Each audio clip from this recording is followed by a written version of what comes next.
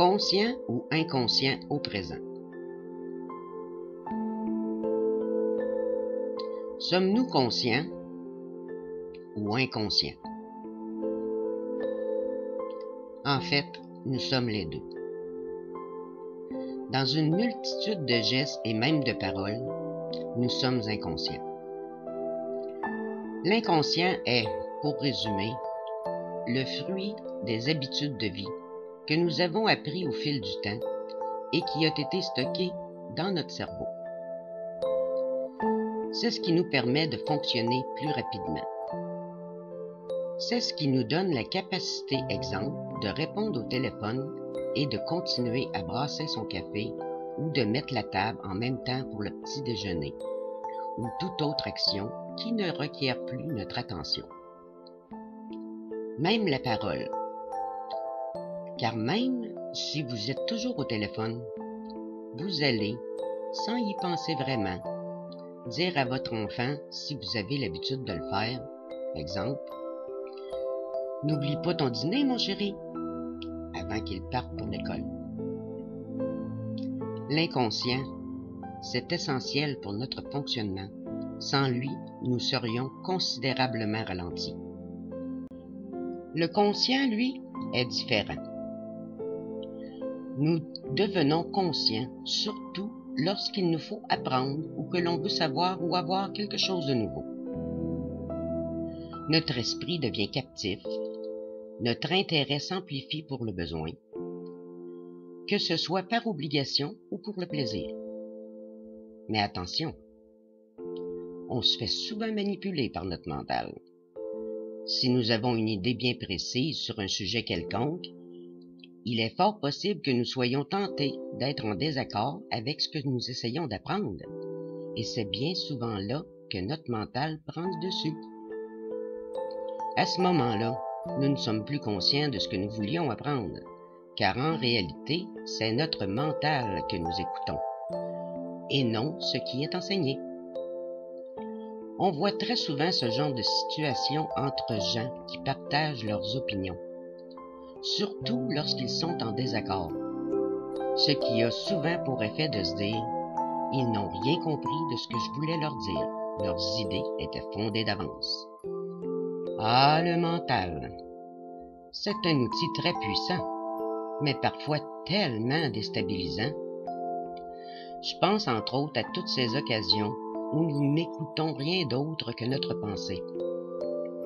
Imaginez que vous ayez vécu un grand chagrin dernièrement. Vous êtes chez vous, assis dans votre salon, et la peine entre votre esprit. Vous ressassez tout le scénario. Vous êtes si profondément absorbé par vos pensées que vous les revivez dans votre tête. État d'esprit qui va déclencher des larmes, la déprime, ou la colère, voire même des pertes d'appétit ou l'incapacité à dormir, selon l'importance que vous accordez à cet événement. Le mental sait être très persuasif, mais qu'en est-il en réalité à cet instant? Sans offenser personne, on pourrait dire que vous rêvez. Vous rêvez tout éveillé. Alors qu'en réalité, dans ce cas-ci, vous êtes simplement assis dans votre salon et nullement en train de vivre cette situation. Il en sera de même pour un projet ou un rendez-vous futur qui vous rend nerveux. Tout comme les souvenirs ou rêves heureux vous feront sourire et vous rendront joyeux. Idéalement, lorsque vous serez prêt, il sera préférable de faire la paix avec les malheurs du passé, de leur pardonner et de les accepter.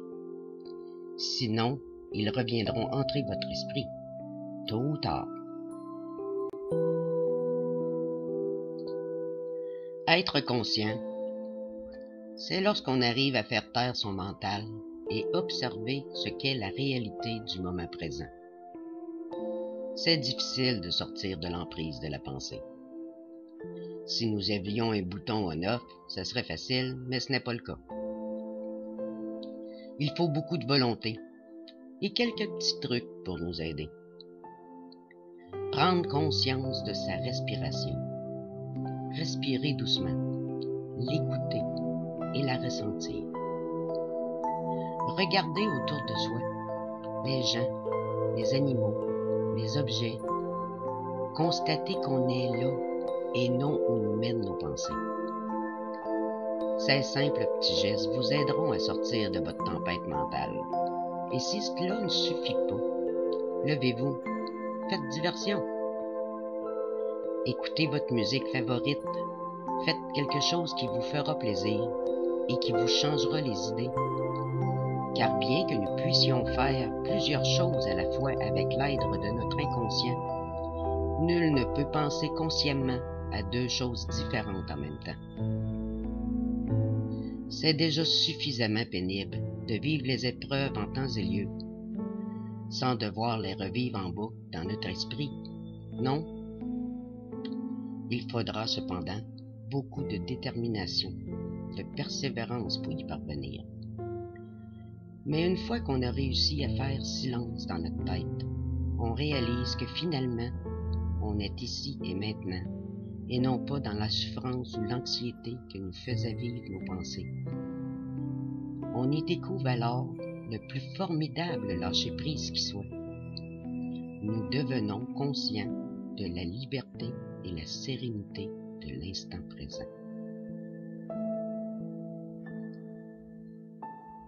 Bon moment présent, ma belle étincelle.